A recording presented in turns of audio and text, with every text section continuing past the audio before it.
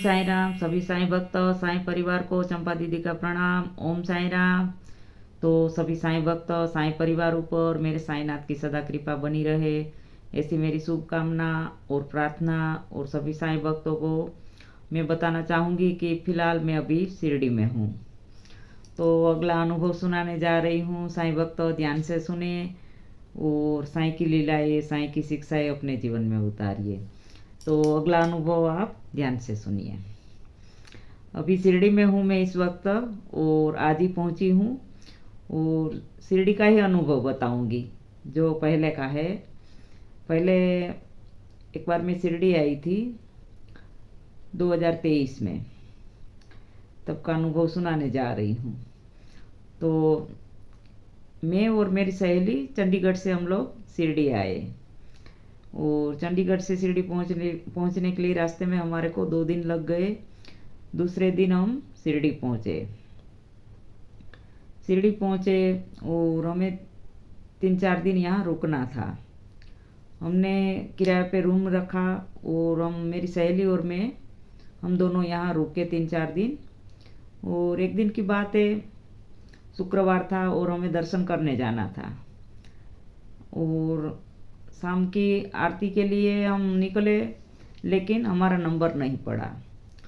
Full गिरदी थी, मतलब भीड़ थी, बहुत ज़्यादा भीड़ थी। अंदर से हॉल का दरवाज़ा बंद कर दिया गया, हमारा नंबर ही नहीं पड़ा आरती में। तो साईं भक्तों, कभी हमें जो नंबर नहीं आता है साईं की आरती में, तो हमें कभी निराश नहीं होना चाहिए, हमें दुखी नहीं होना चाहिए, क्योंकि उसमें भी बाबा कोई ना कोई लीला करते हैं। हम बाहर रुक गए और हमारे साथ भी फिर बाबा ने ऐसी लीला करी। अंदर रहते तो शायद साईं का अनुभव नहीं होता, हम दर्शन करके निकल जाते, लेकिन हम बाहर रहे तो बाबा का अनुभव हुआ।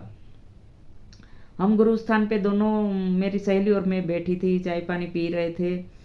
तो क्योंकि वहाँ टीवी लगी हुई थी और टीवी में लाइव आरती आ रही थी, हम आरती देख रहे थे।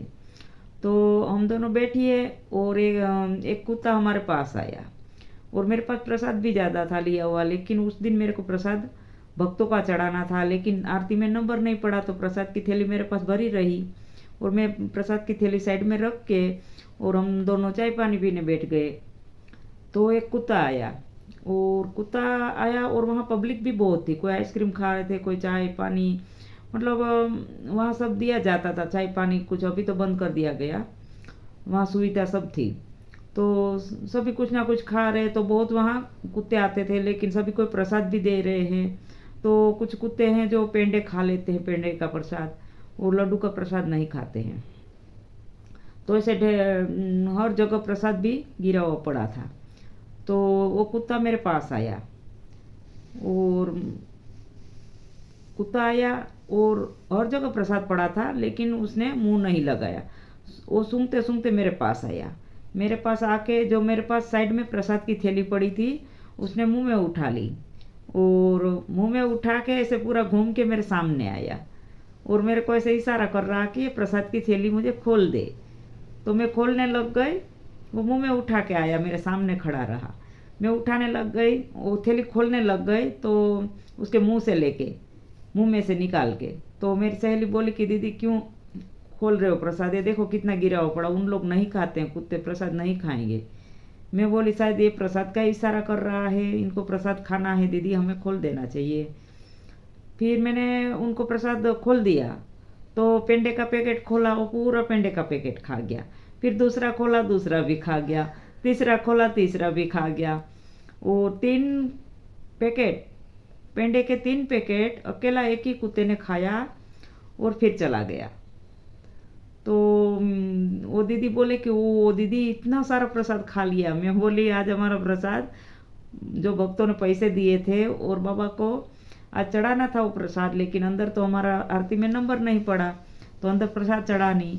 और बाबा कुत्ता का रूप लेके मेरे पास आए और प्रसाद रूप खा के चले गए। बोले वो कैसे आप बता सकते हो? मैं बोली नहीं दीदी, ये बाबा ही आए थे। क्योंकि मैं 2008 में मेरी ज़िंदगी में बाबा आए, तब से मैं बाबा को थाली लगाती हूँ, भोग लगाती हूँ, खाना दे के खाना हम लोग खाते हैं। और आज मेरा मन कह रहा कि हम जो इधर चंडीगढ़ से हम शिरडी आए हैं, चंडीगढ़ में मेरे पति मेरे बच्चे हैं, लेकिन आज शायद मेरे घर में उधर बाबा को भोग नहीं लगा है, इसीलिए ये कुत्ता मेरे पास आके पेंडे खा के गया। बोले नहीं, ऐसे नहीं हो सकता है। मैं बोली दीदी ऐसे हो सकता है, आप मेरे घर में अभी फ़ोन कर लो। फिर वो दीदी बोले कि आप लगा दो फ़ोन नंबर। फिर मैं अपने मोबाइल में मेरे घर में फ़ोन किया, तो मेरे पति देव और बच्चे सब बाहर थे, बाज़ार